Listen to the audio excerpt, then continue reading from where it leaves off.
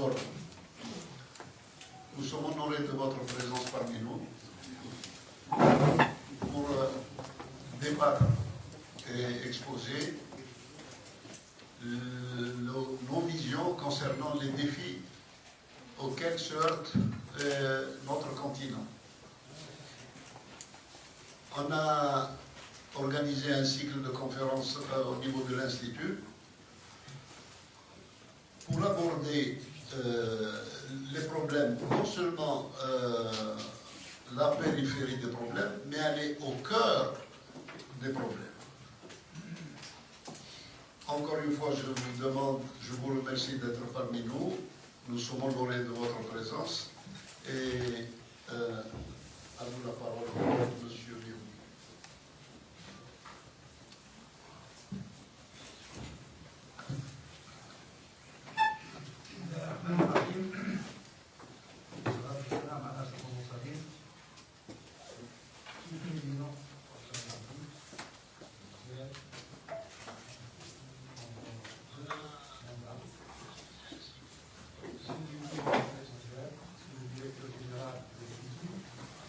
Mesdames et messieurs, nous avons aujourd'hui l'honneur d'être parmi vous aujourd'hui, l'occasion de la visite de son Excellence le Président de la République, Mahamadou Issoufou, lequel Président a présidé au destiné du Niger pendant 2 mandats. Je dois souligner le mandat auquel il a accédé avec toujours, avec une majorité à la satisfaction des électeurs et des observateurs et toute la communauté internationale. C'est un exemple dans notre continent africain de voir que la voie démocratique fait son chemin grâce à des hommes dévoués à leur pays, à leur cause, et qui savent transmettre le flambeau de manière pacifique, de manière aimable, de manière fraternelle, et en préservant le pays de tout risque tel que nous connaissons encore malheureusement dans beaucoup de pays africains. C'est pour cela que, à votre nom à tous, je présente cette chaleureuse salutation à ce président de la République et son encouragement à poursuivre sa mission au service de son peuple et au service de l'Afrique, parce que par ailleurs, il n'est pas parti à la retraite, il a pris son bâton de combattant pour essaimer des actions d'intérêt public un peu partout en Afrique. C'est là aussi un exemple que je me permets de saluer personnellement. Donc, Monsieur le Président de la République, nous vous recevons en tant qu'un leader qui a su tracer le chemin pour les générations à venir et en tant qu'ami et frère de notre pays. Donc, vous êtes chez nous. Nous allons vous demander donc, de nous faire bénéficier de votre expérience pendant ce séminaire. Vous avez devant vous ici un panel d'enseignants, de profs d'université, d'experts, de chercheurs qui vont vous écouter très attentivement et qui vont très certainement tirer des leçons de messages que vous voulez bien leur transmettre. Donc, sans plus tarder, je vous donne la parole.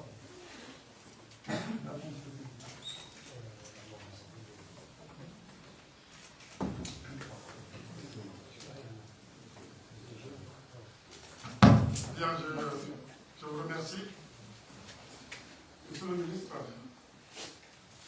Monsieur le directeur général de l'Institut national d'études de stratégie globale, Mesdames et Messieurs, permettez-moi d'entrer de jeu de remercier le président Abdelmajid Tebboune et le gouvernement algérien pour avoir rendu possible ma présence ici, à l'Institut national d'études de stratégie globale, dont le prestige et la vocation de laboratoire d'idées, dépasse les frontières algériennes. Je me réjouis de l'occasion qui m'est offerte d'apprécier les enjeux stratégiques et géopolitiques de la région du Sahel. Et en guise d'introduction, permettez-moi de mettre à grands traits quelques réflexions et commentaires. Les défis auxquels font face les pays du Sahel, notamment le défi sécuritaire, se lisent dans la géographie de cette région de plus de 7 millions de kilomètres carrés, composée de 10 pays, répartis de l'Atlantique à la mer Rouge, depuis la Guinée-Bissau jusqu'à l'Érythrée, en passant par la Gambie, le Sénégal, la Mauritanie, le Mali, le Burkina Faso, le Niger, le Tchad et le Soudan. C'est près de 17 000 km de frontières qui traversent cet espace, dont les États n'ont malheureusement pas la totalité du contrôle. C'est sur ces frontières d'ailleurs poreuses que les organisations terroristes et criminelles créent leur sanctuaire. Dans cette zone, et c'est ça le Sahel, c'est le rivage, dans cette zone de transition entre le Sahara au nord et la savane au sud, subissant de plein fouet les effets du changement climatique. Comme vous le savez, le climat est un climat très aride. Et cela n'est pas sans conséquence d'ailleurs sur la politique des États. Climat aride, avec des moteurs de pluie variant entre 150 mm et 400 mm. Les effets du changement climatique, c'est-à-dire illustrés par exemple par le retrait du lac Tchad. Le lac Tchad, c'était 90 000 km dans les années 60. Aujourd'hui, c'était 25 000 km dans les années 60. Aujourd'hui, c'est 2500 km. Ça veut dire que le lac Tchad a perdu 90% de sa superficie suite aux effets du changement climatique. Dégradation des terres partout dans le Sahel, progression de la désertification, phénomènes extrêmes, climatiques extrêmes, d'inondations et de sécheresse, etc.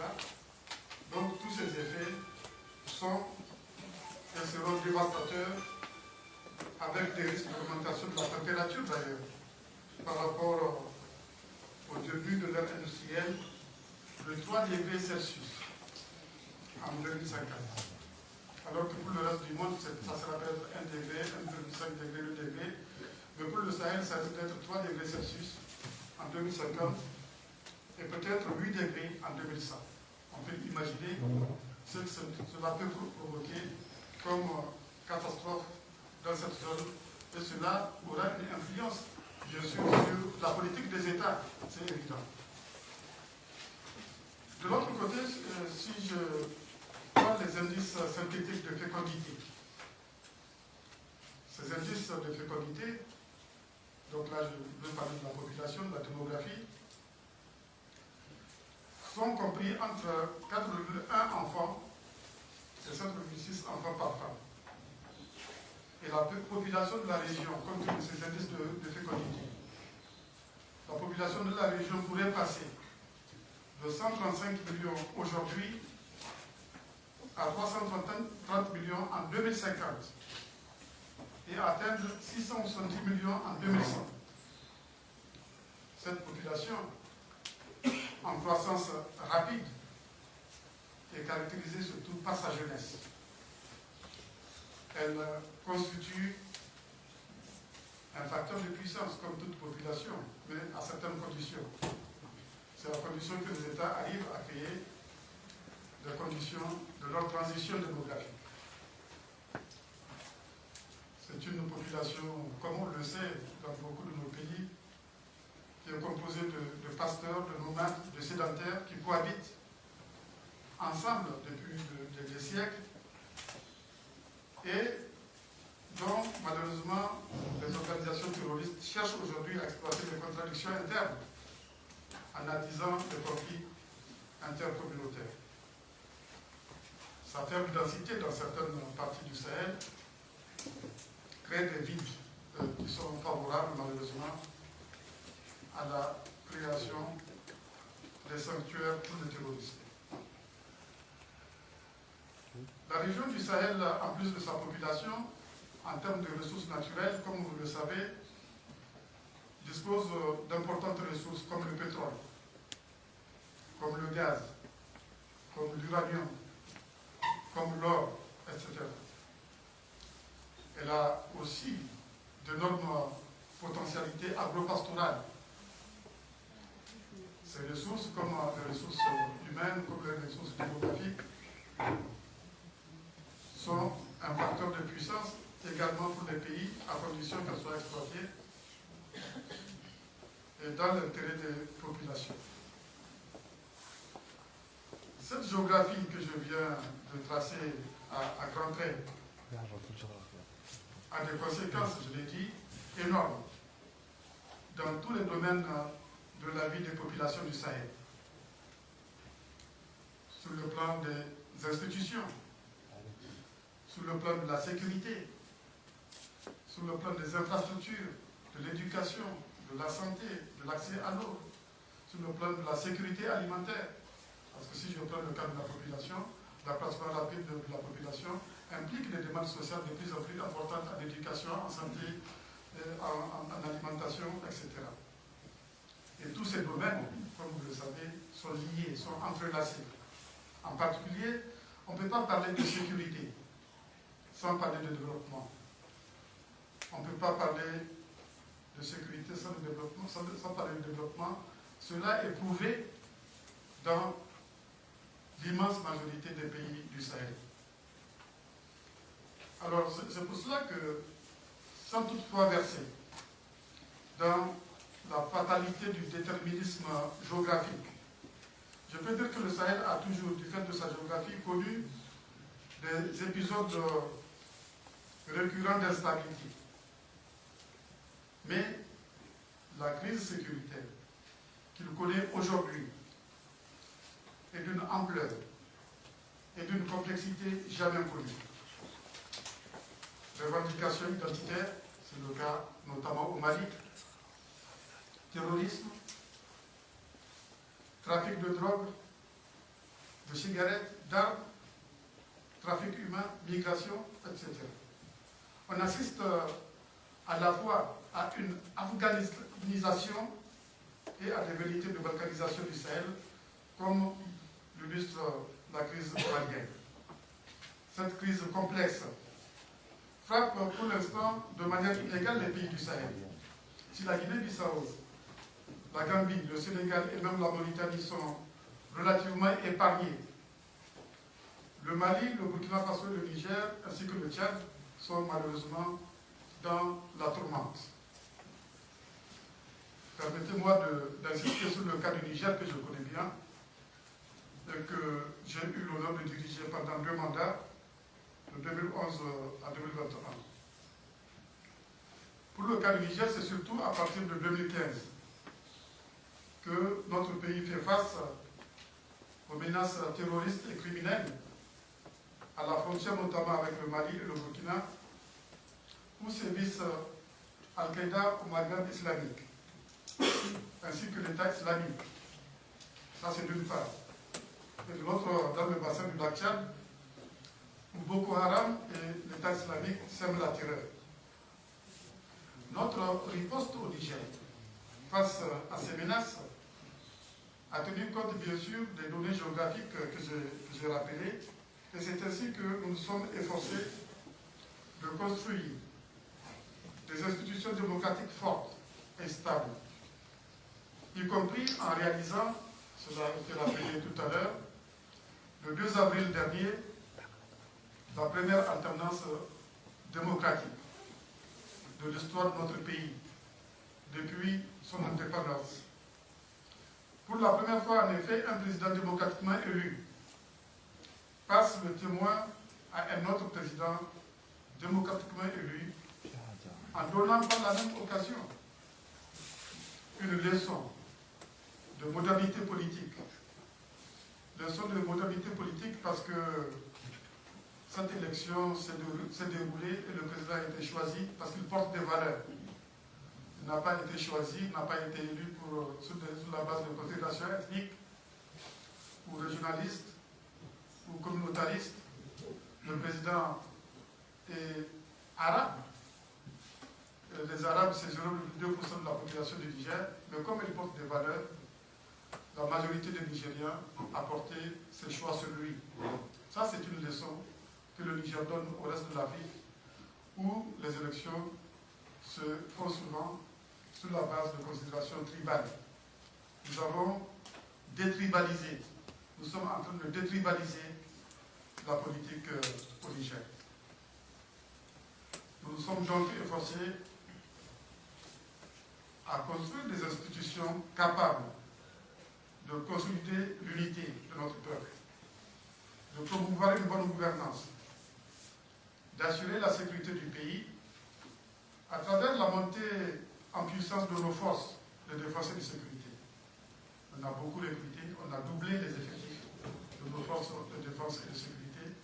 On les a formés, et d'ailleurs je peux dire que l'Algérie a contribué à cette formation, notamment des forces spéciales qui ont été formées et équipées, ce dont je voudrais remercier le gouvernement de M. le ministre et le président de la République, qui sont aux côtés du Niger et qui soutiennent le Niger dans la mise en place des forces de défense et de sécurité capables de contribuer à la sécurité du pays.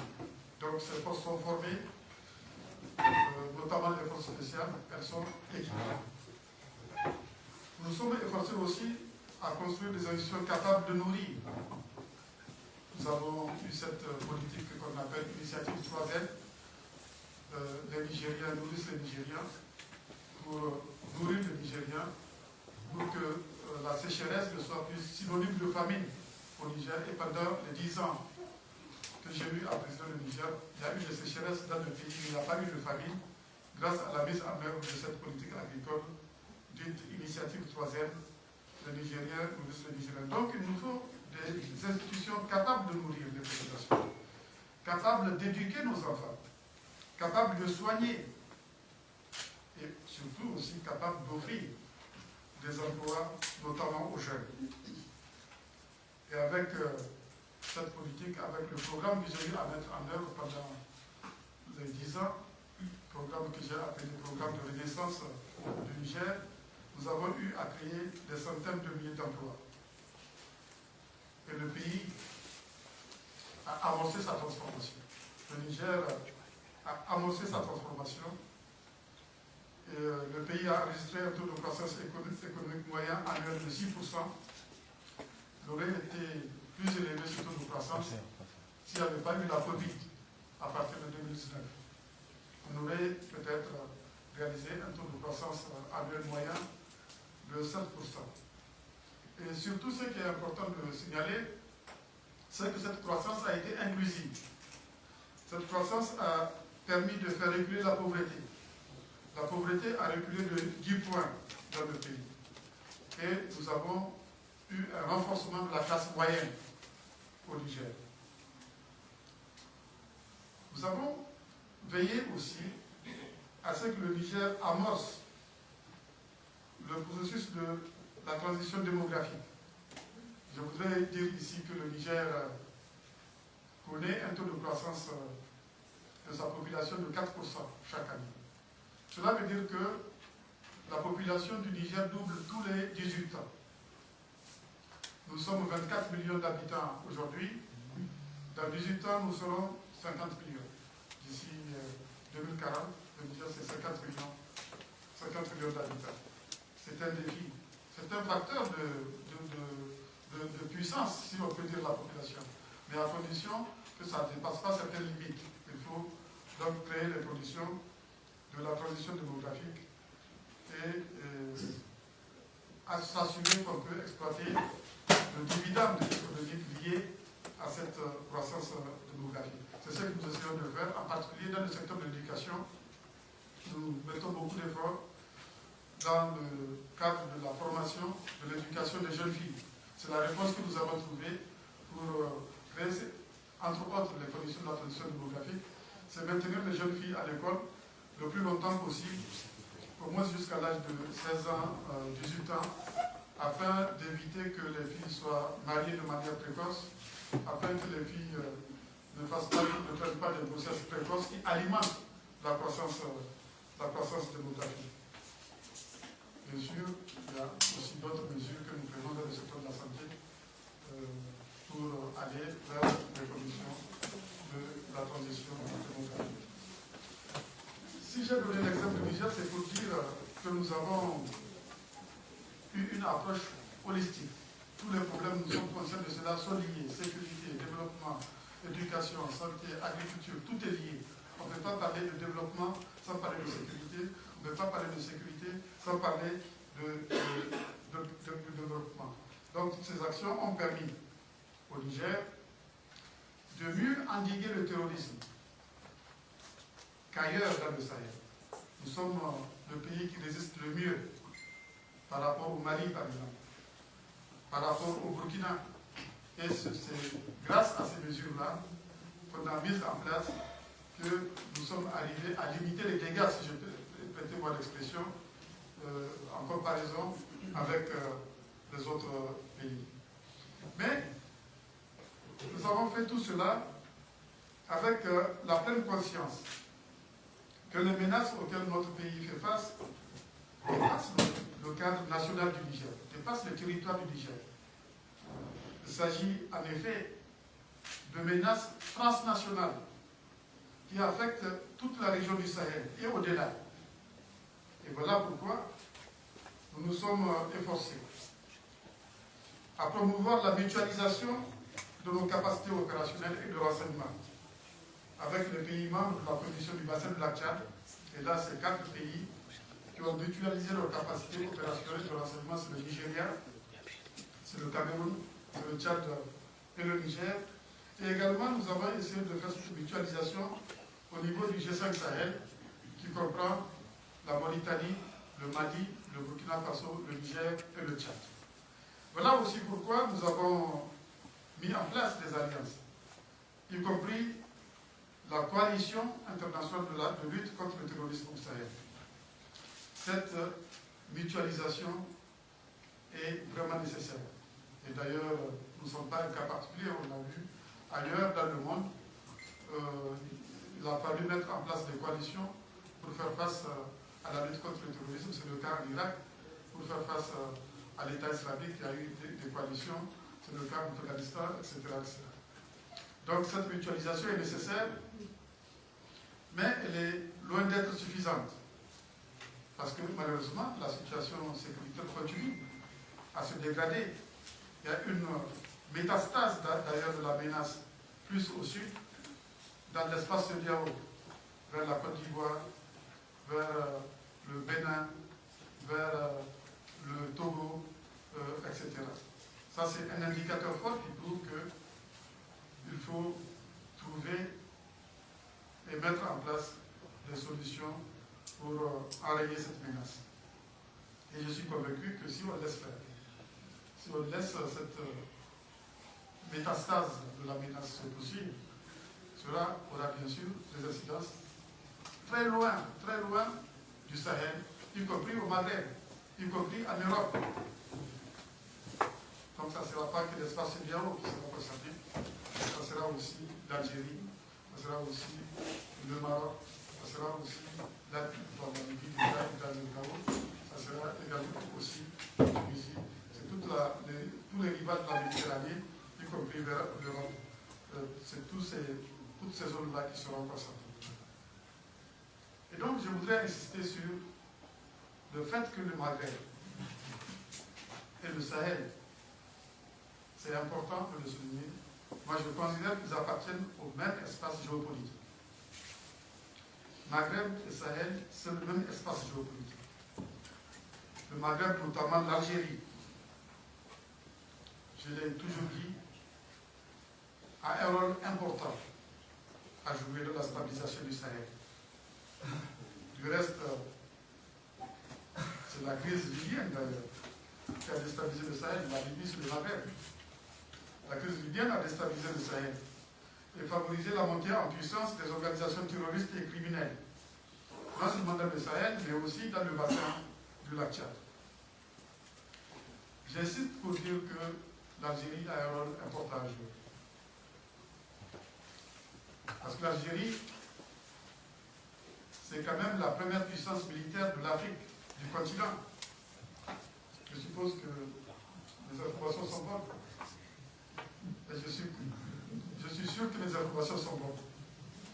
L'Algérie, c'est notre première puissance militaire. Et l'Algérie a la capacité et l'expertise nécessaires pour contribuer à la stabilité du Sahel. Et c'est aussi son intérêt.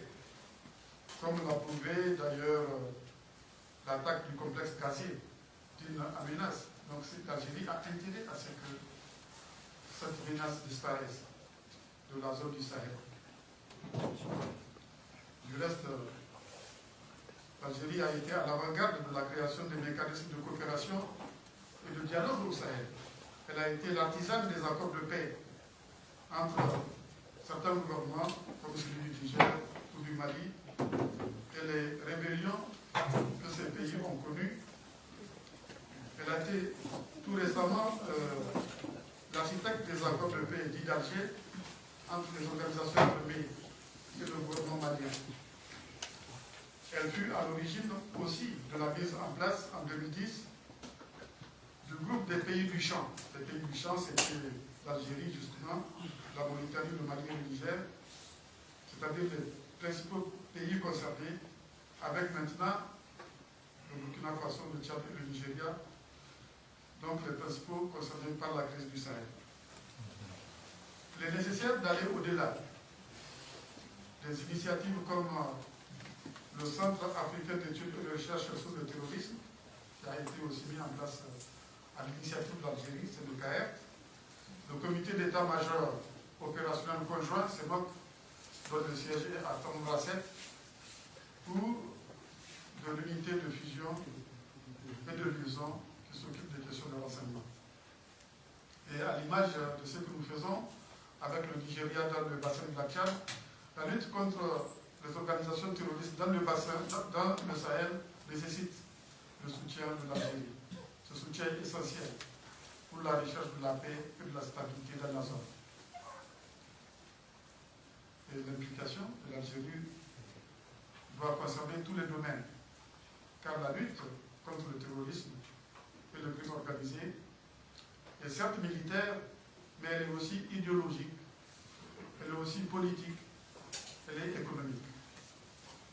Sur le plan idéologique, il est indispensable de contrer la propagande des organisations terroristes en diffusant les vraies valeurs de l'islam, religion de juste milieu, de tolérance, de solidarité, d'équité, de justice, religion qui fait du respect de la vie humaine un droit fondamental. Sur le plan politique, j'ai fait allusion à ça quand j'ai parlé de l'expérience du Niger, nous devons construire des institutions démocratiques fortes et stables, des institutions capables de promouvoir la bonne gouvernance politique et économique. Et je considère que construire des États, c'est le maillon décisif de toute la chaîne des défis. Si on n'a pas d'État fort, on arrivera difficilement à relever les autres défis. Le défi de la pauvreté, le défi du développement économique et social, le défi du changement climatique, etc. Sans État fort, démocratique certes, mais sans État fort, on ne pourra pas relever ces défis. Parce qu'un État qui n'est pas fort ne peut même pas lever l'impôt. C'est pour cela d'ailleurs qu'on constate dans beaucoup de nos pays le taux de pression fiscale est faible. Par exemple, dans la plupart des pays de la CEDEAO, on a un taux de pression fiscale, donc recette sur PIB, largement inférieur à 20%. Ça, c'est un indicateur de la faiblesse des États. Les États ne sont pas capables de mobiliser les ressources qui puissent leur permettre de faire face à leurs obligations, même régaliennes. Donc, la question des institutions est une question fondamentale, c'est une question décisive. Et c'est pour cela que nous, au Niger, on s'emploie depuis 10 ans à mettre en place un État fort, un État démocratique fort. Et je suis convaincu que c'est ça qu'il faut faire dans les autres pays également du Sahel, et au-delà du Sahel, au niveau de l'ensemble du continent. Ça, c'est l'aspect politique. Sur le plan économique, nous devons lutter contre la pauvreté et les inégalités.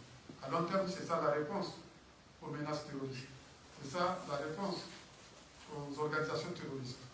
Surtout que les pays du Sahel sont classés parmi les pays les plus pauvres du monde. La pauvreté et les inégalités constituent le terreau, c'est ce qu'on a l'habitude de dire, qui nourrit le terrorisme et le crime organisé. Et pour lutter contre ces deux fléaux, nous avons le devoir de promouvoir des politiques inclusives de développement économique et social. Inclusives pour les individus comme pour les communautés, sans distinction, pour éviter justement des problèmes comme ceux qu'on rencontre au Mali, où certaines régions, certaines communautés se sentent marginalisées. Il faut envisager un développement égal de l'ensemble du pays, de l'ensemble des régions. Si je prends l'exemple du Niger, par exemple, nous avons toujours, depuis l'indépendance, veillé à ce qu'aucune région, aucune communauté ne soit marginalisée. Et cela nous a beaucoup aidé pour la cohésion sociale, pour la paix dans notre pays. Et cela nous a facilité la lutte contre le terrorisme, contrairement à ce qui se passe dans des pays comme le Mali. Donc, l'exemple du Niger, où aucune communauté ou région n'est marginalisée, montre que cela est effectivement possible. Par ailleurs, quand je pense au lac Tchad, tout à l'heure je le disais, quand je pense à la réduction de sa superficie de 90%, passant de 25 000 km² dans les années 60 à 2500 km² aujourd'hui, quand je pense que c'est là une des conséquences du changement climatique, quand je pense que cela a entraîné la paupérisation des populations qui habitent son bassin, et quand je pense que cela a favorisé la naissance et le développement de Boko Haram, je trouve la preuve de la liaison qui existe entre changement climatique, pauvreté et terrorisme. Cette liaison est également vérifiable dans la région du Sahel, ce n'est pas seulement dans le bassin de la Tchad. C'est pour dire que le développement doit être durable. C'est extrêmement important. Nous devons donc mettre en œuvre avec beaucoup de détermination des politiques d'adaptation et d'atténuation face aux effets du changement climatique. Cela me paraît fondamental, cela me paraît important. Sur un autre plan, je ne crois pas que le développement économique, social et durable soit possible dans une Afrique balkanisée, avec des marchés fragmentés. D'ailleurs, l'étroitesse des marchés nationaux constitue une des causes de l'échec de la plupart des politiques de développement conçues au lendemain de nos indépendances. Nous devons donc sortir des 84 000 km de frontières. Vous vous rendez compte, l'Afrique, c'est 84 000 km de frontières qui sont autant de murs. Nous devons sortir de ces frontières, artificielles du reste, héritées de la colonisation. Nous devons en sortir par le haut. Nous ne devons pas en sortir en créant de nouvelles frontières, comme au Soudan, comme en Éthiopie avec l'Érythrée. Non, il faut sortir des frontières héritées de la colonisation par l'intégration. Cela me paraît fondamental. Pour cela, nous devons résolument mettre en œuvre l'agenda que nous avons conçu, celui de l'Afrique que nous voulons, l'agenda 2063, c'est celui de l'Afrique que nous laisserons en héritage à nos enfants et à nos petits-enfants quand ils fêteront dans une quarantaine d'années le double centenaire des indépendances et de la création de l'Organisation de l'Unité africaine OUA. Je rappelle que les indépendances des années 60, l'OUA c'est 1963, donc 2063 ça sera le centenaire de ces deux événements majeurs. Alors quelle Afrique nous allons laisser à cette date à nos enfants et à nos petits-enfants? Et l'Union africaine a conçu un agenda que nous devons mettre en œuvre avec des programmes phares. Et je vais citer quelques-uns. Un des programmes phares, c'est le développement des infrastructures en Afrique. On ne peut pas se développer sans infrastructures, sans route, sans chemin de fer, sans énergie, sans avoir des ports, des aéroports. Ici, je pense par exemple aux différents projets transsahariens. La transsaharienne, la route transsaharienne, le chemin de fer transsaharien, la route transsaharienne Alger-Lagos, le gazoduc, qui est d'ailleurs un projet, je crois, entre le Nigeria et l'Algérie en passant par le Niger. Les infrastructures, c'est important pour le développement de l'Afrique. Et cela ne peut pas se faire dans le cadre national, dans le cadre d'un seul pays. Il faut envisager ça à l'échelle du continent. L'autre projet phare, c'est le projet de développement industriel de l'Afrique, qui a été conçu également et qu'il faut mettre en œuvre.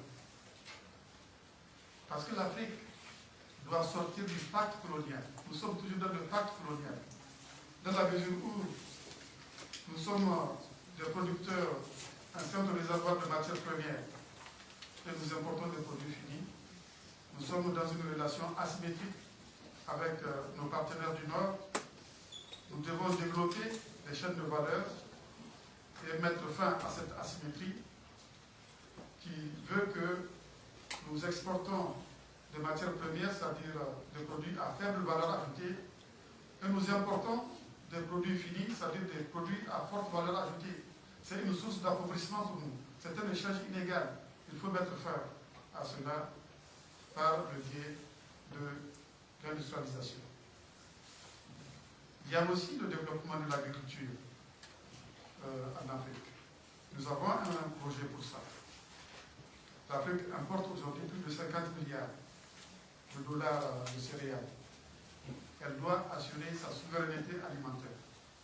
Cela est possible, car l'Afrique dispose de 60% des terres arables non encore mises en valeur dans le monde. Nous avons enfin comme autre exemple la zone de libre-échange continentale africaine. Cette zone va permettre de mettre en place un marché de 1,3 milliard de consommateurs. Ça, c'est aujourd'hui. Mais d'ici 2050, si on considère que la croissance de la population africaine, c'est 3% chaque année, d'ici 2050, nous serons 3 milliards d'Africains. Avec le même rythme de croissance, nous serons plus de 10 milliards en 2100. Donc il s'agit d'un vaste marché. Il s'agit d'un projet qui est d'ailleurs heureusement sous la bonne voie. En effet, l'accord portant sur le commerce des marchandises, sur le commerce des services, le règlement des différends, est déjà signé et ratifié par une écrasante majorité des États du continent.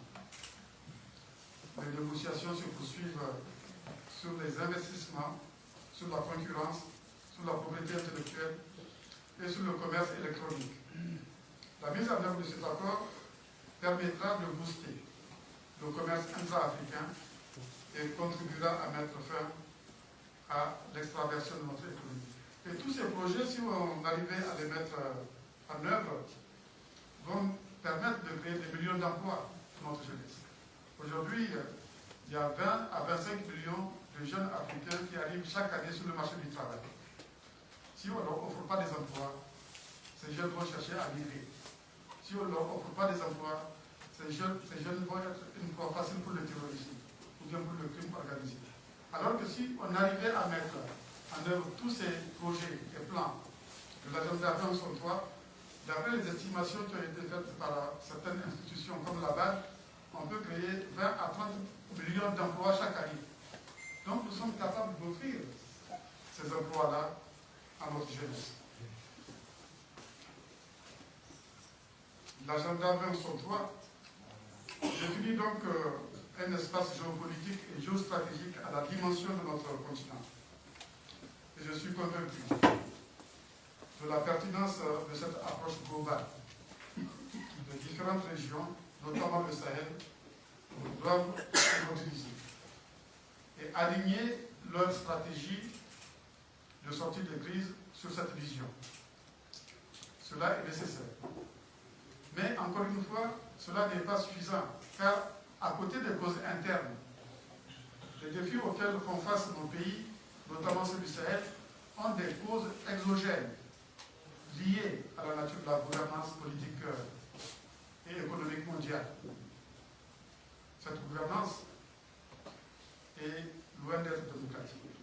C'est pas au ministre des Affaires étrangères qui la famille. Cette gouvernance est loin d'être démocratique, comme l'illustre d'ailleurs le chaos libyen et le désastre irakien. Parce que si je prends le cas de la Libye, moi j'étais président d'un pays frontalier avec la Libye, mais la décision de la communauté internationale d'intervenir en Libye a été prise sans nous consulter. Moi j'ai appris ça à la radio. C'est quelle gouvernance ça? Voilà, ils sont intervenus, ils ont cassé le pays, ils ont cassé l'État, ils ont sémé le chaos, et cela a créé les conditions de la prolifération des armes dans nos pays. Cela a renforcé le terrorisme. Cela a renforcé le crime organisé. Je peux dire la même chose pour l'Irak.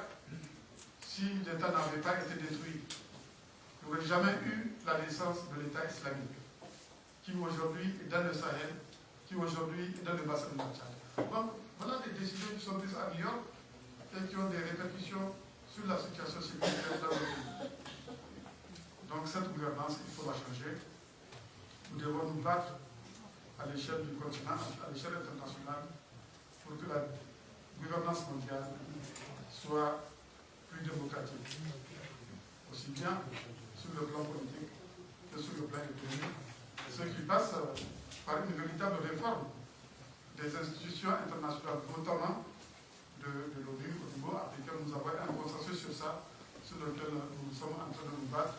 Et j'espère qu'on parviendra à faire prévaloir le consensus sur la réforme notamment du Conseil de sécurité, afin qu'on puisse avoir un multilatéralisme fécond en vue de construire un monde plus juste et plus humain. Voilà, à titre d'introduction, ce que je voulais dire. Je vous remercie, Monsieur le Ministre, Monsieur le Directeur. Mesdames et Messieurs, merci beaucoup.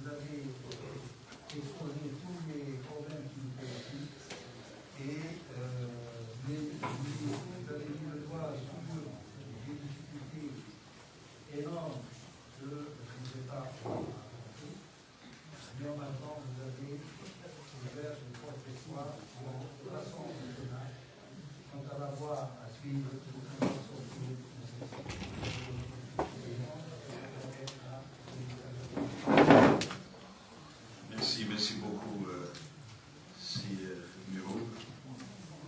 Évidemment, Miro qui est un collègue des affaires étrangères, diplomate de carrière, avec lequel j'ai eu donc plaisir à travailler dans le passé, avant qu'il décide de suivre notre parcours, et qui est enrichissant, néanmoins, pour les relations internationales. Merci beaucoup, Monsieur le Général-Major Michel, directeur général de l'Institut national de stratégie globale, pour votre hospitalité chaleureuse, stimulante, fraternelle. Merci, Monsieur le Président. Merci beaucoup, Monsieur le Président, d'avoir accepté de passer une partie de votre temps engagé avec un groupe éminent d'intellectuels, de cadres supérieurs de la nation, de chercheurs, de membres du corps académique, particulièrement intéressés par les thématiques que vous avez abordées. Je ne doute pas qu'à l'occasion du débat, vous ayez beaucoup de répondants pour pouvoir ensemble approfondir les thématiques que vous avez évoquées. Pour ma part, je n'ai pratiquement rien à ajouter, sinon de porter témoignage de ce que vous avez parlé de l'histoire du Nil.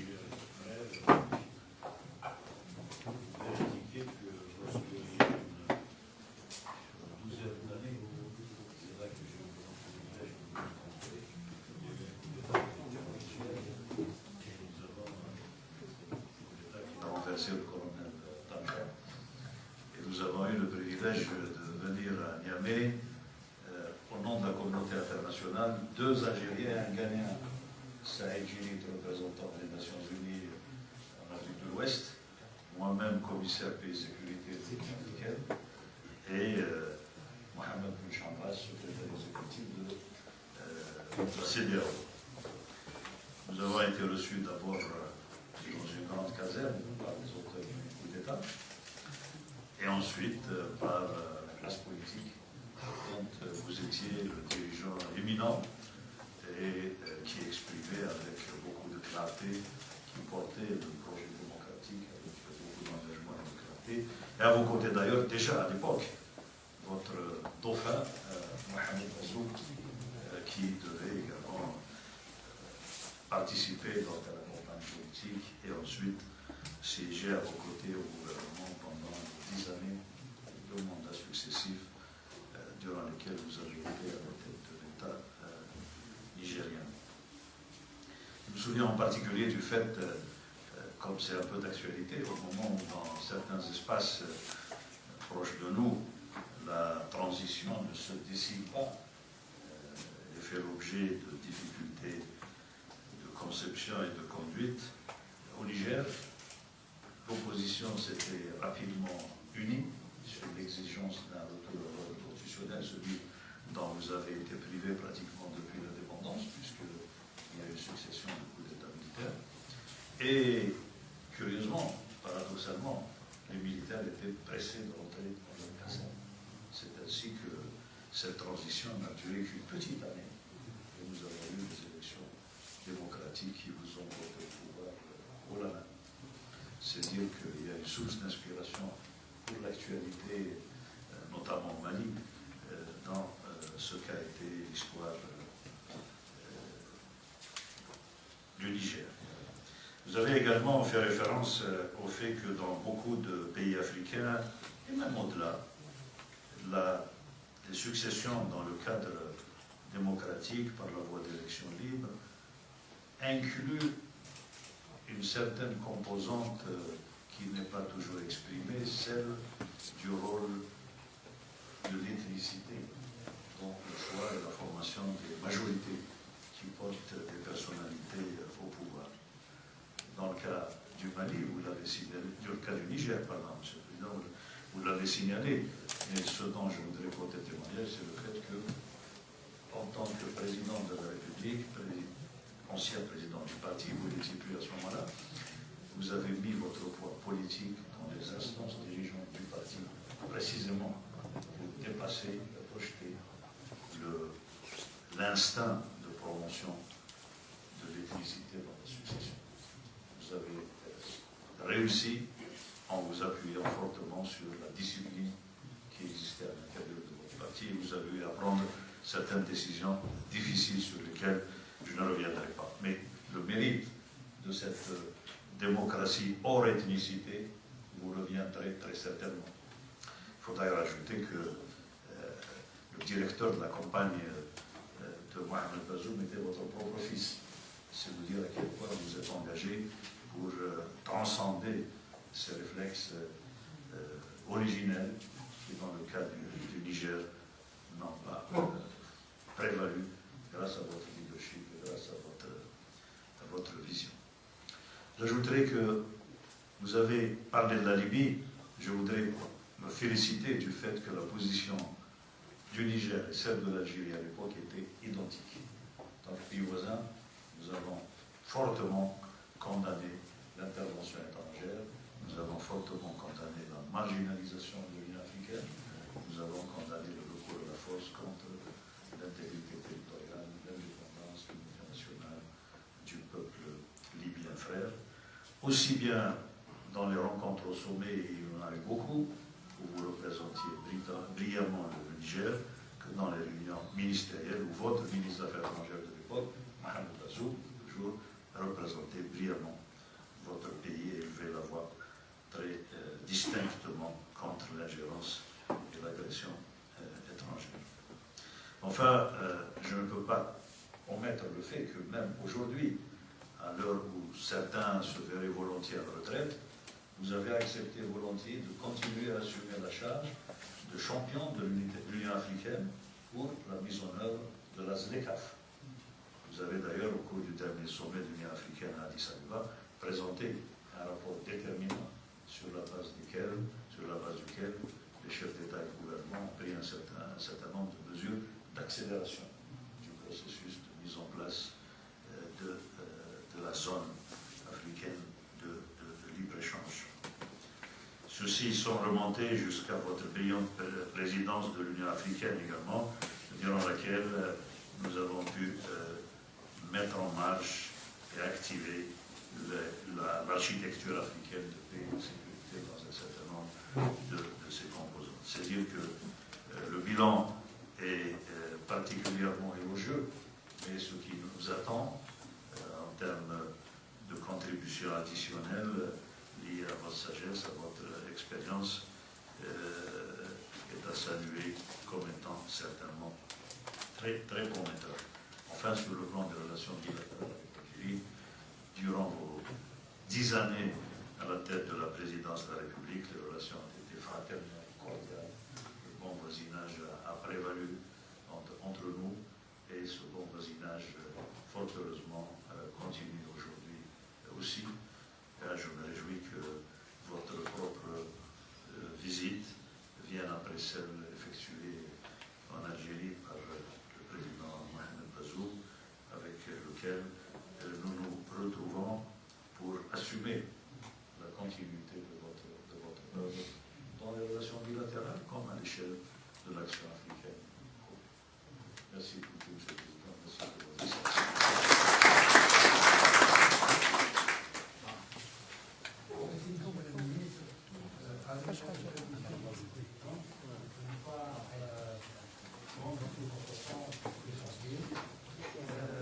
Je voudrais passer la parole aux chercheurs, enseignants, professeurs d'université, nous donner leur impression sur les enjeux qui nous préoccupent. Et donc, à ce titre, je voudrais demander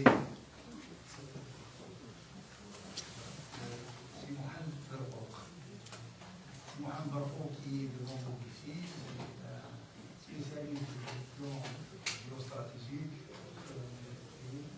chercheur, et une fois que nous écoutons tous les jours pour nous livrer son impression sur l'évolution de la situation concernant les enjeux qui nous préoccupent. Si parfois sont plus tardés, je voudrais vous donner le temps.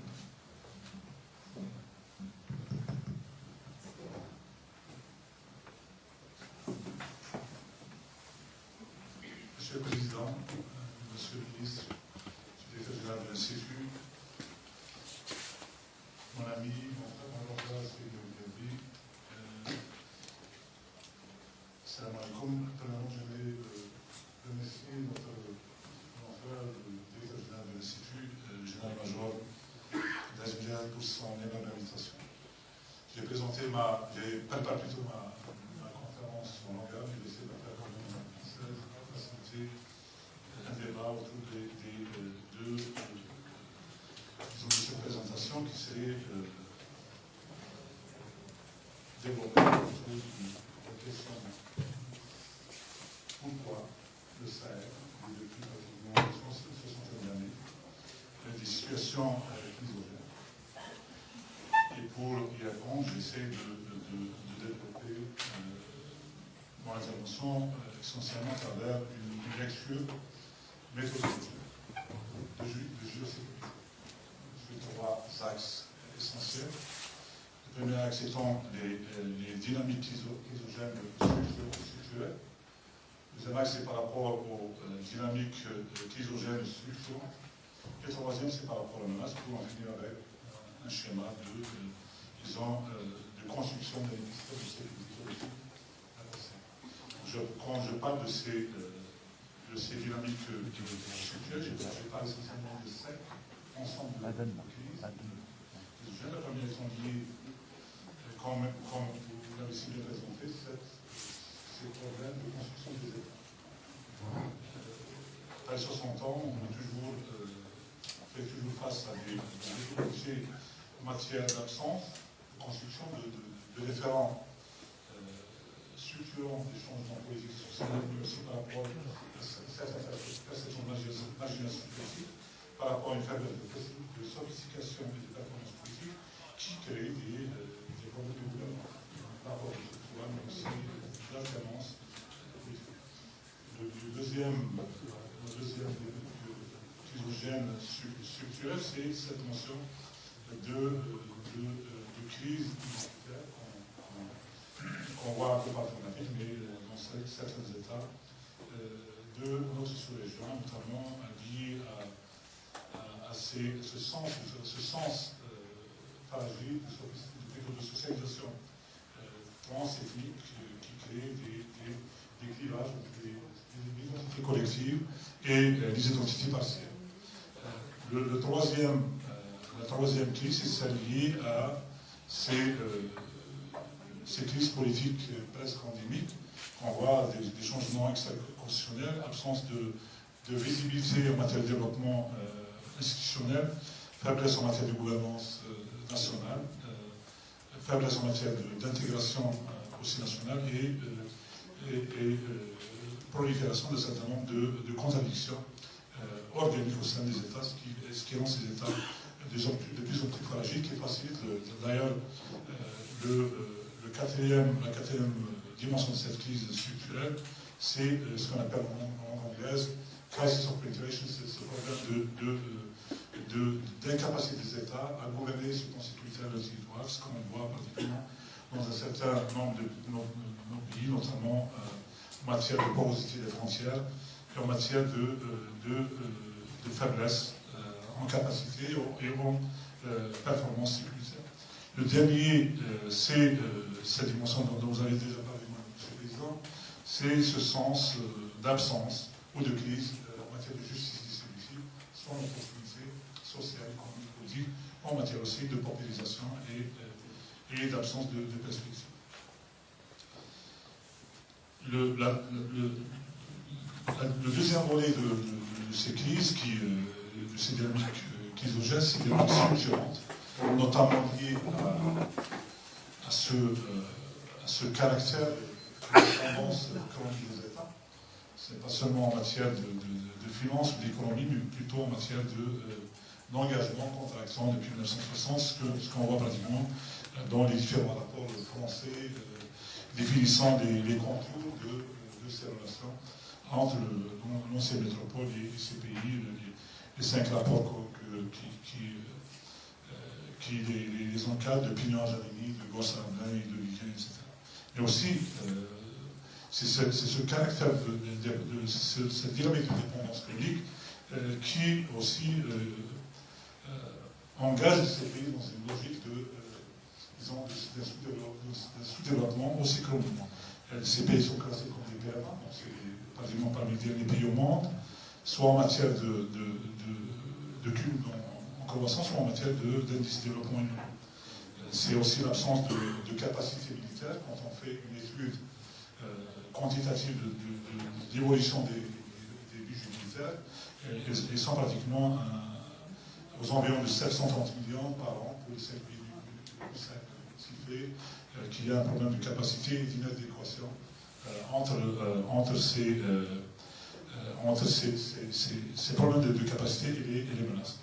Et pour cette aussi lecture géopolitique, il faut dire que le Sahel fait partie aussi, et je dirais, c'est pas en conséquence, mais en corrélation face à un certain nombre de menaces liées à la transformation du terrorisme, la multiplication des acteurs, mais aussi son extension au-delà des frontières classiques de cette menace au Sahel. Nonobstant ces liens avec le crime organisé, multidimensionnel et multiforme lié à la contrebande, au narcotrafic, le trafic d'armes, l'immigration clandestine, la traite humaine, mais aussi cette notion de création d'un certain nombre d'engagements utilitaires. C'est une des explications, par exemple, par rapport à cette projection de Sirozéda, la baie de Guinée, c'est par rapport à deux choses. Une donne métropolitique, mais aussi une donne criminelle. Pour dire comme, j'aimerais dire qu'en matière de solutions, parce que vous avez proposé un certain nombre de solutions, et au-delà des solutions internes aux États, il y a aussi ce besoin de créer ce que je pourrais appeler un épisystème régional solidarisé. J'estime que cet épisystème doit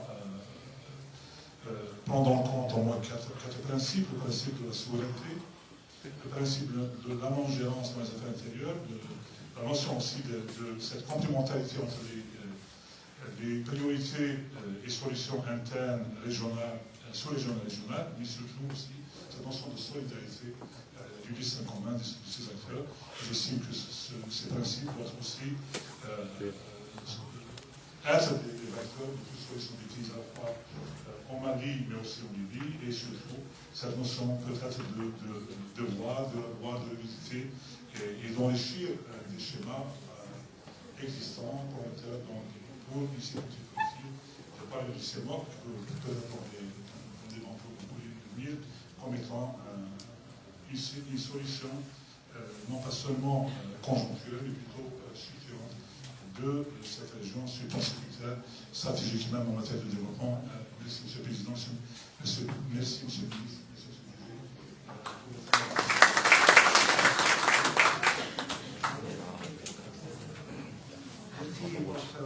pour la concision de votre exposé et pour le temps que vous nous avez donné. Je donne la parole à M. Boumediene Bouzid. M. Boumediene Bouzid, qui est secrétaire général du Conseil supérieur islamique et qui va traiter du problème de la religion de notre pays. L'utilisation politique et la vision.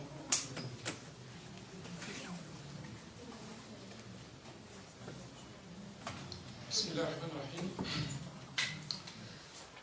سيد رئيس ومدير العام سعادة اللواء سي عبد العزيز مجاهد، سيد وزير الشؤون الخارجية والجالية، سيد الرئيس السابق للنيجر، سيد رئيس الجلسة اللي هو الوزير السابق، السلام عليكم ورحمة الله تعالى وبركاته. سيدات السادة الحضور، السلام عليكم ورحمة الله تعالى وبركاته. الورقة المختصرة ربما إذا كان فيه بعض ملخص ترجمة لبعض النقاط الأساسية. سأتحدث عن لب المشكلات الأساسية في الساحل الإفريقي، وهي القضية الدينية، ولكن لا أتعرض عليه لا من الناحية التاريخية، ولكن ما هو متوقع مستقبلا. أولا، نحن ضحية في التحليل السياسي والديني لإفريقيا ضحية المقاربات الغربية، وبالخصوص المقاربة الأمريكية في الحل المسألة الأمنية التي لم تحل في إفريقيا. ولذلك عندما نتعرض إلى التيارات الدينية أو الحركات الأنفية المتطرفة من القاعدة وداعش والإرهاب، نتعرض لها بخلفية إعلامية غربية غير مدركة للشأن التطرفي الديني في إفريقيا. مثلا كيف نفهم تحول بعض حركة أنصار الدين مثلا التي رأسها أياد آغا غالي من طوارق الذي كان يساريا ثم أصبح سلفيا جهاديا. هذا التحول في الكيانات الدينية الإفريقية مشهد مقلق ومشهد يدل على أن الظاهرة الدينية سوف تكون هي المنبع الأساسي للعملية العنفية في المستقبل. طبعا زائد إلى هشاشة السلطة كما أشار محاولة غياب الحوكمة، غياب الديمقراطية، الانقلابات التي وصلت في إفريقيا من 1960 إلى اليوم إلى 200 انقلاب، 4 انقلابات في كل سنة. هذا طبعا كل هذه العوامل زائد الصراع الأجنبي الروسي الأمريكي على التركي، كلها لها نفوذ داخل إفريقيا، ولكن يقع اللعب دائما على المسألة الدينية في أن تكون هي الطريقة إما للجانب الإثني عندما يستند إليها للحصول على مكاسب، وهنا علاقة الجانب الديني بالجانب العرقي كيف يلعب دور في إفريقيا.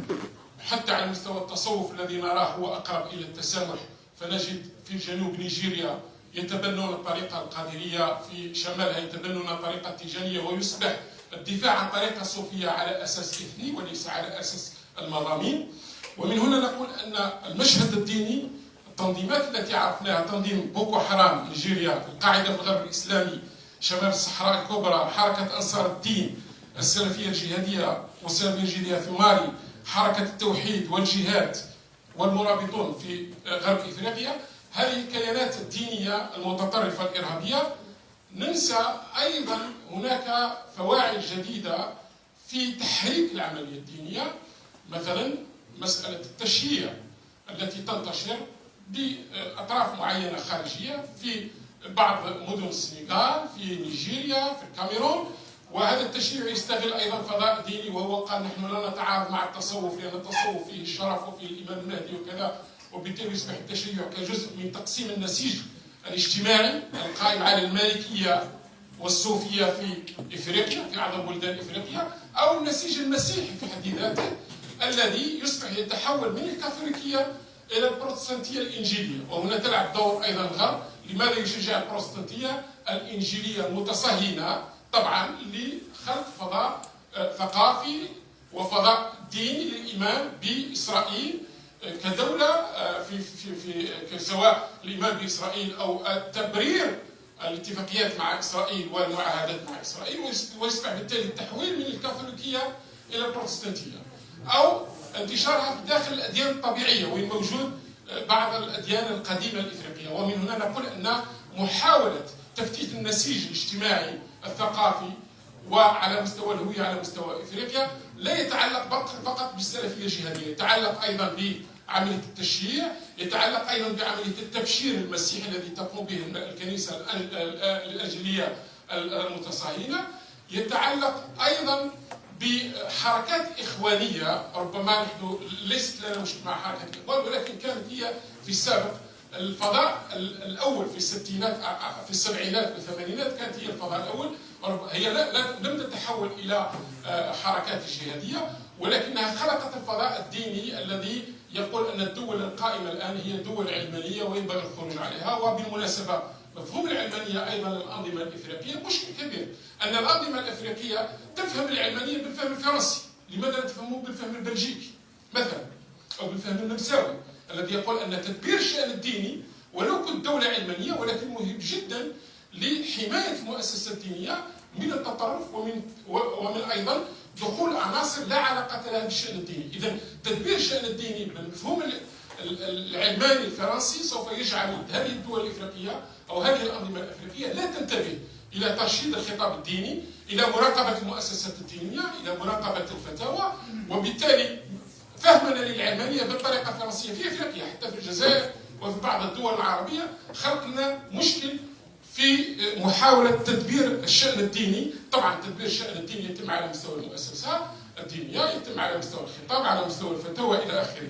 إذا من هنا نقول أن الجغرافية الدينية في الدول الإفريقية سوف تزداد أكثر نحو التطرف، وبالتالي يصبح الحل الأمني، الكل الأمني أو الحل القوة الصلبة ليست هي الحقيقية. كيف نجعل من القوة الناعمة مثل التصوف، مثل المالكية، مثل الأشعرية أو الثقافات التي شربها الإفريقيون منذ 5 قرون، منذ 1500 أو 1600 من القرن 15 و16، كيف نجعل من هذه القوة الناعمة جزء من عملية إحلال السلم والتسامح وقيم الاستقرار في البلدان الإفريقية. طبعا هذا يعود إلى الدول التي ترى ضرورة السلم في إفريقيا مثل الجزائر والدول المغربية والدول المستقرة والتي تعرف تجربة نوعية، وقد تحدث عن النيجر كتجربة نوعية، وفي حقها النيجر لعب دور منذ البداية منذ 1500 في محاربة الإرهاب في شمال مالي، وكان يدرك جيدا في تلك الفترة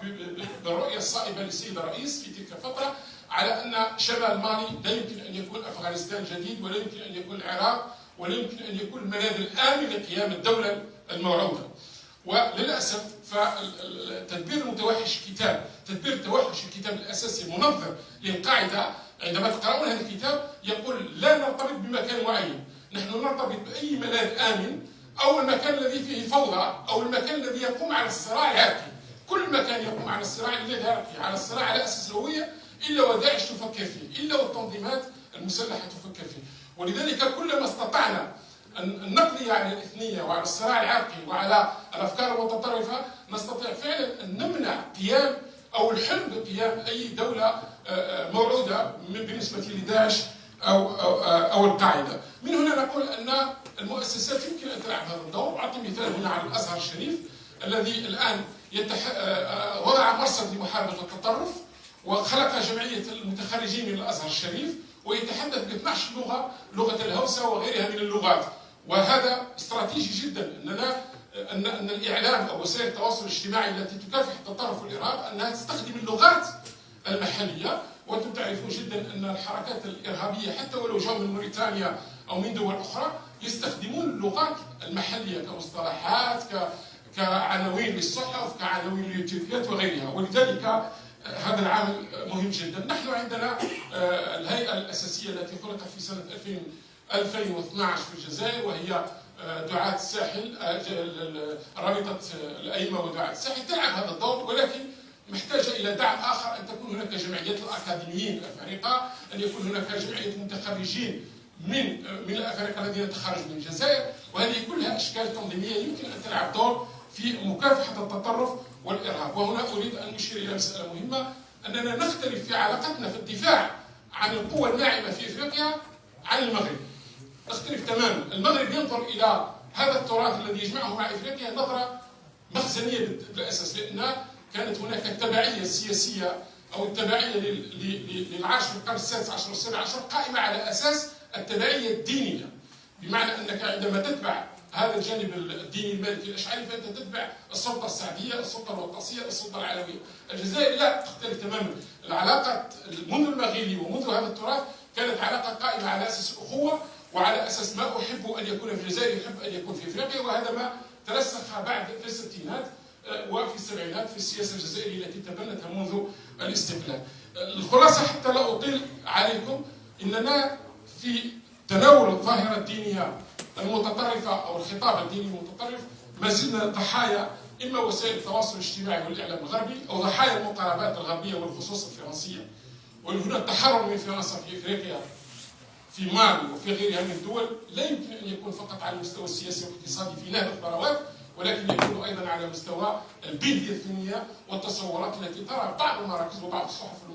ربما قرأت مؤخرا في جان أفريك البارحة في كيف تحلل على أن مالي هي الفخ الفرنسي، هكذا التعبير التي عبرت به الصحافة الفرنسية. وهناك مواضيع أخرى يمكن أن تتناول ما هو دور الجمعيات الخيرية، يعني العمل الخيري في النيجر، في مالي، في الكاميرون، في رواندا. هذه العمل الخيري هل هو عمل خيري بحت أم عمل خيري قد يخلق لنا مشكلة أخرى على مستوى التطرف الديني؟ ما هو العلاقة الإماراتية الجديدة في إفريقيا؟ صحيح تركيا هناك علاقات اقتصادية وهناك علاقات حتى بيع الأسلحة الخفيفة، ولكن تدخل دول أخرى من الخليج العربي في المنطقة إذا كان في صالح إفريقيا فهو شيء جميل، ولكن إذا كان في كأذرع لهيمنة غربية على المستوى الاقتصادي، على الفكري، فذلك هو الذي نخاف منه في مستقبل افريقيا. وشكرا والسلام عليكم ورحمه الله. شكرا دكتور. الكلمه الى السيد صالح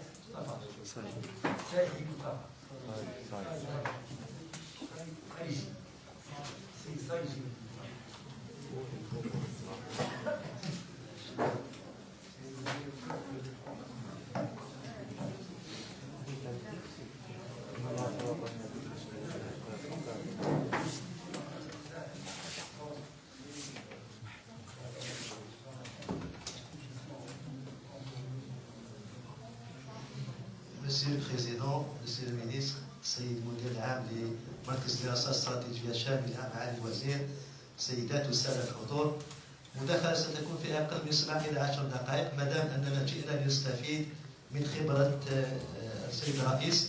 Votre expérience de la transition démocratique en Niger pour les politologues en Algérie, c'est une expérience qui peut s'exprimer pour d'autres pays en Afrique. Mon intervention en arabe, التنافس الروسي la rivalité, التنافس الروسي الفرنسي في منطقة الساحل. Donc انطلاقا من الإدراك الفرنسي، التنافس ليس قراءة جيوسياسية بقدر ما هي قراءة في الإدراك الفرنسي، كيف يتصور الفرنسيين لطبيعة التنافس مع روسيا. دونك خديت مصطلح سميته روسوفوبيا. الروسوفوبيا هي الخوف من روسيا. تقريبا إذا انطلقت من تحليل الخطابات الرئاسية للسيد ماكرون، خطابات وزير الخارجية إيف لو دريون، وخطابات الإعلام الفرنسي. دونك لا كونيتيف دي ديسيدور فرونسي كيف يتصورون هذا التواجد الروسي بالنسبة إليهم. دونك هنا بالنسبة إلى هذا التفسير يمكن إرجاعه إلى مجموعة من النقاط. أولا انهيار القيم الفرنسية في لا زون دانفلونس تراديسيونال في منطقة غرب إفريقيا بصفة عامة أو الساحل، وهذا راجع بالأساس إلى التكلفة لو كو استراتيجيك دو لانترفونسيون فرونسي في الساحل. دونك هنا بالنسبة إليها التراجع القيمة أو المكانة الفرنسية في منطقة الساحل هي ترجع بالأساس إلى التكلفة الاستراتيجية لتقريبا 8 أو 9 سنوات الماضية. وهنا بالمناسبة العسكريين الخبراء العسكريين الفرنسيين يقولون منذ 1962 لم تتدخل فرنسا في عملية خارجية إلا في هذا الإطار، بمعنى هذا ما يجعلها أكثر خسارة على مستوى التكلفة. دونك بالنسبة إلى التكلفة دائما لوكو لا ننظر إليه على المستوى المادي، وإنما على كل المستويات كيف نقيس التكلفة. أولا عندما نقيس التكلفة بالنسبة إلى الفرنسيين سي لامبورطونس دو سون رول دون لافريك. لا فرنسا بالنسبة إلى الكثير من الإفريقيين خصوصا النخبة الصاعدة هي فرنسا بتلك الكليشي نيجاتيف، الكليشيات السلبية. وهنا بالمناسبة الفرنسيين يعودون إلى تلك الكليشيات. ساركوزي عندما زار داكار في 2007 قال بأن الإفريقيين لم يدخلوا التاريخ بعد، وهذا بالنسبة إلينا صدمة حضارية وثقافية التي كيف يتصورها الفرنسيين بالنسبة إلينا. دونك الجانب الآخر وهو انطلاقا من التكلفة الاستراتيجية على مستوى المكانة، نتكلم على المستوى المادي. الفرنسيين يقولون كيف ندفع مليار أورو سنويا في عمليات عسكرية في الخارج بينما نتائجها للأسف متصاعدة جدا. ذهبنا باسم محاربة الإرهاب عندما ننظر تقارير الأمم المتحدة بين 2016 entre 2016 et 2019 4000 victimes de terrorisme en 3 pays, le Niger, le Mali et le Burkina Faso.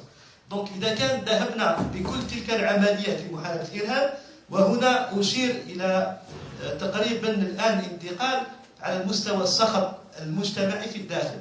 وهنا حتى بالنسبة للليكسيك جورناليستيك بالنسبة إلى الفرنسيين وحتى الخطابات اللي للأسف حتى في إفريقيا نأخذوها، لو تريونغل فرونتاليير، لو تريونغل مثلث الحدودي. عندما رجعت هنا بالمناسبة بعد أسبوع سألقي مداخلة انترفونسيون مع الماليين فيما يتعلق بنموذج مهم في التعاون l'intégration économique frontalière entre le Niger, le Mali et le Burkina Faso.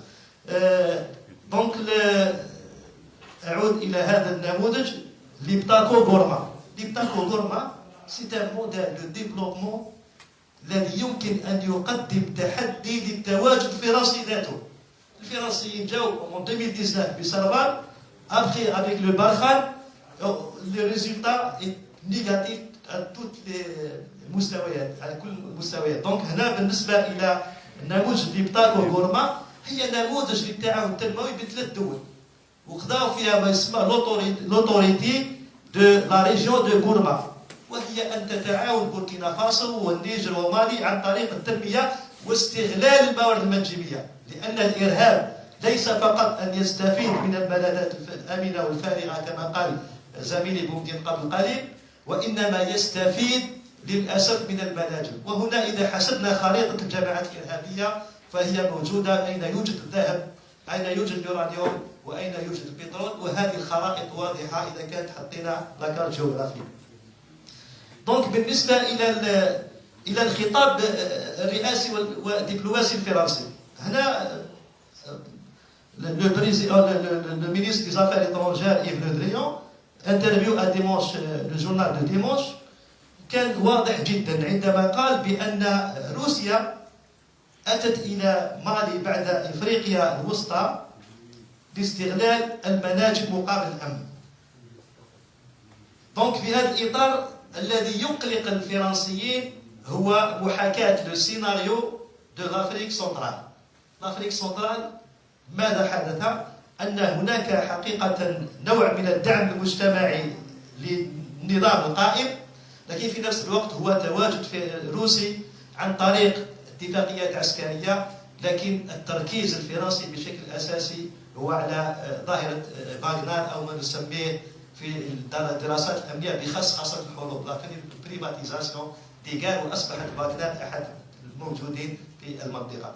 إذا لا أطيل كثيرا أن أقول بأنني أحاول أن أستفيد من السيد الرئيس في تجربته الديمقراطية 10 سنوات.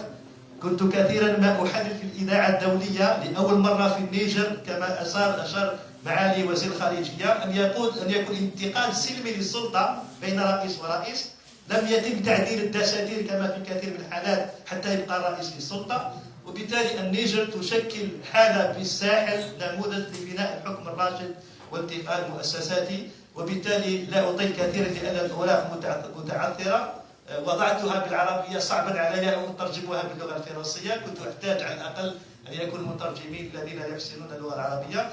إذا في النهاية السيد المدير العام للدراسات الاستراتيجية شاكرا لكم هذه الفرصة، لأنني كثيرا أحاول أن أستفيد، وأمام هؤلاء العمالقة أخذ النقاط حرفا لأنها سوف توظف مستقبلا سواء في كتاباتي أو مع طلباتي في العلوم السياسية. وشكرا لكم.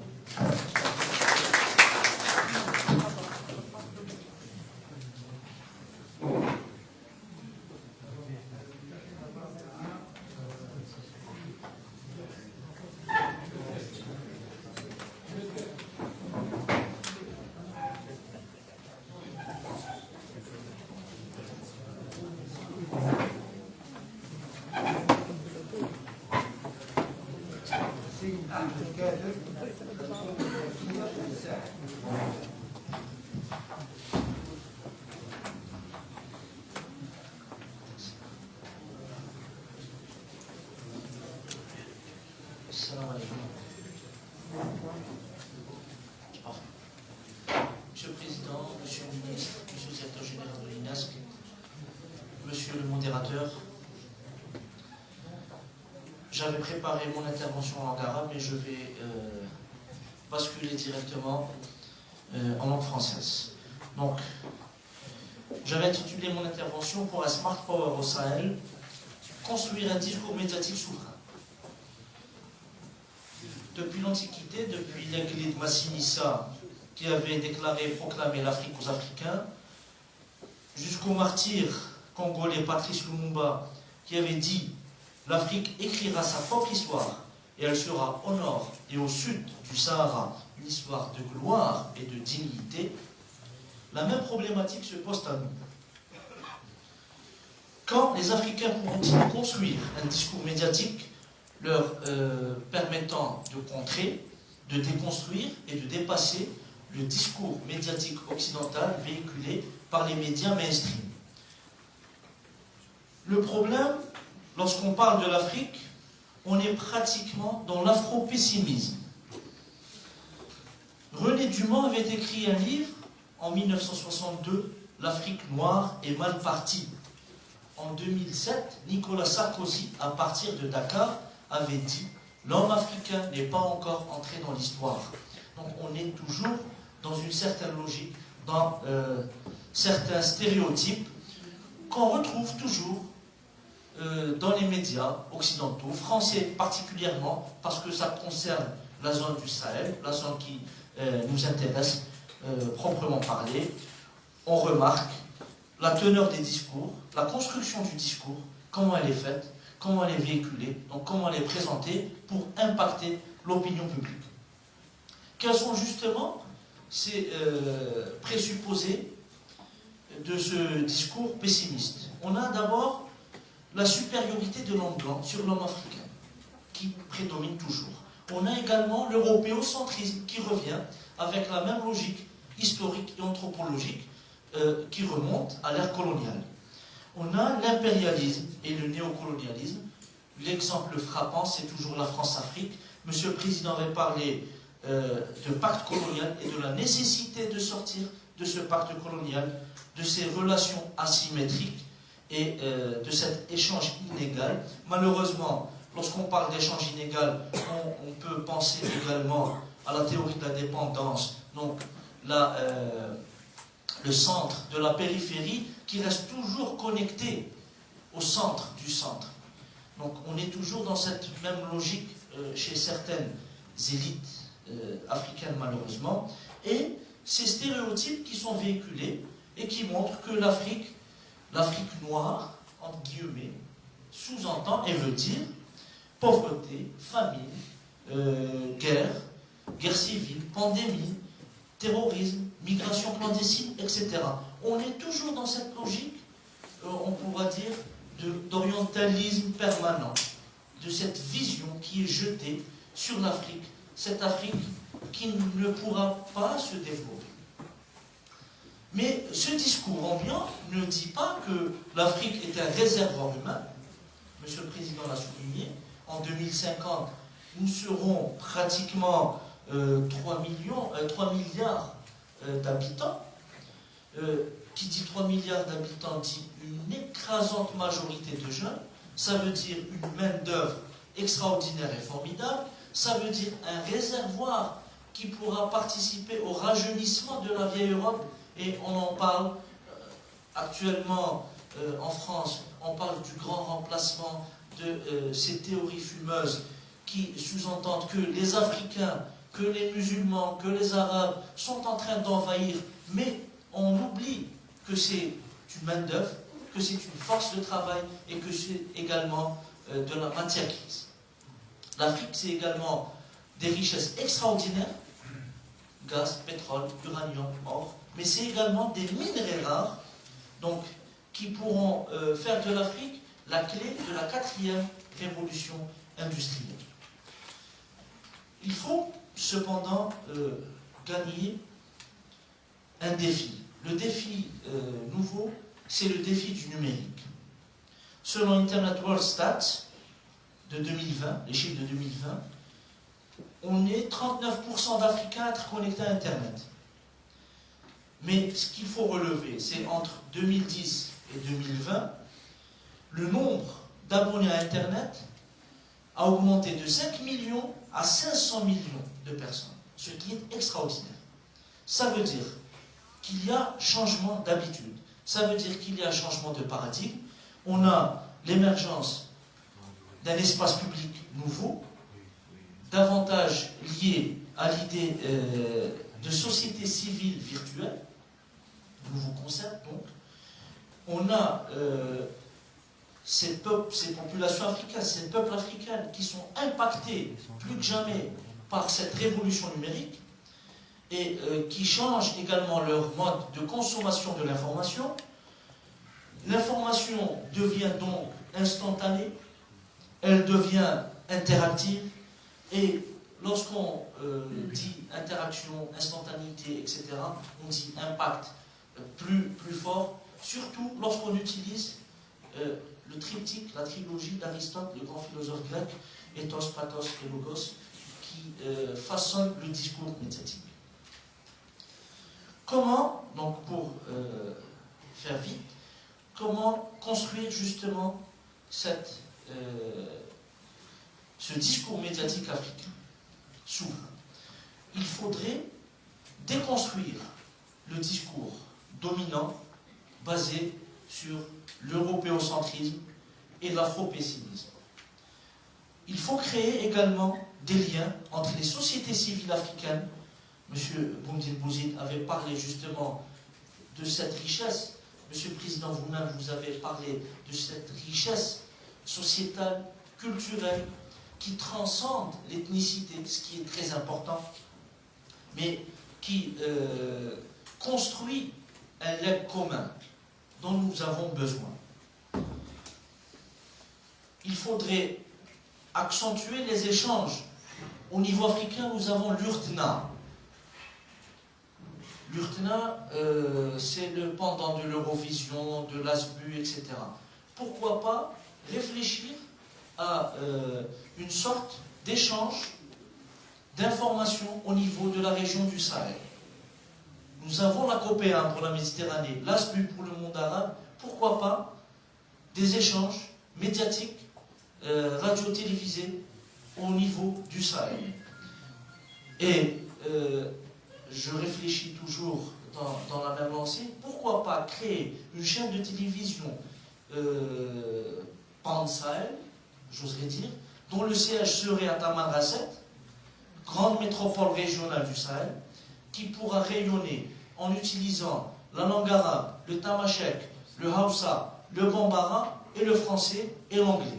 Donc, c'est un projet qui pourra fédérer, qui pourra permettre aux sociétés civiles d'entrer en interaction, qui pourra dire aux Algériens, aux Nigériens, aux Maliens, aux Burkinabés, aux Mauritaniens, aux Libyens, qu'on est une seule famille, qu'on fait partie de la même région. Monsieur le Président a mis l'accent sur la nécessité du couplage Maghreb-Sahel. On est une seule région. On ne peut pas penser la sécurité au-delà de la Méditerranée sans qu'il y ait la sécurité dans cet ensemble unique et non pas les deux ensembles séparés. Mettre l'accent également sur les questions positives dans l'agenda éthique des médias, ce qui est important pour dépasser l'afro-pessimisme, et donner une importance accrue à l'espace public numérique en créant un contenu numérique en adéquation avec les attentes des populations, avec les défis qu'on doit relever. Donc, en créant notre propre contenu, on ne permettra pas à autrui d'occuper notre espace public, virtuel, et donc impacter nos sociétés. Enfin, raffermir la coopération universitaire, professionnelle, en jetant les bases de formation dans les métiers du journalisme. L'Algérie a les capacités, elle a les moyens, elle a l'expertise. On peut globalement réfléchir à cette même vision. Donc, ça pourra nous donner l'élan de ce Smart Power. Donc, unifier la vision, les efforts, créer un bloc historique qui permettra de pousser cette dynamique de rapprochement et de dialogue entre les élites gouvernantes nationales et entre elles et ces populations, et pourquoi pas également tendre la main à certaines puissances non coloniales. Certains diront la Russie, certains diront la Chine, d'autres diront le Brésil, pourquoi pas l'Inde, etc. Donc pour aider à développer quelques mécanismes. Pourquoi pas créer, et je termine, Monsieur le Président, Monsieur le Modérateur, pourquoi pas créer des normes africaines, créer nos propres normes pour ne pas être impactée par les normes d'autrui. L'Union africaine, à travers ses États, peut devenir une puissance normative. Cette ambition existe. Monsieur le Président a parlé de l'agenda 2063. Donc créer ces normes, vulgariser, populariser ces normes pour permettre aux Africains de croire en l'Afrique. Et on se rappelle qu'il y a quelques années quand même, le NEPAD avait mis l'accent sur un triptyque, leadership, ownership, partnership. Donc ce triptyque qui est inclus également, comme le NEPAD, dans les structures de l'Union africaine, peut nous donner la force nécessaire pour dépasser et surmonter la situation présente. C'est une question existentielle. Le martyr Franz Omar Fanon avait dit « Chaque génération doit, dans une relative opacité, découvrir sa mission, l'accomplir ou la trahir. » Je pense qu'on n'a pas le choix. Il faut qu'on l'accomplisse. Merci beaucoup.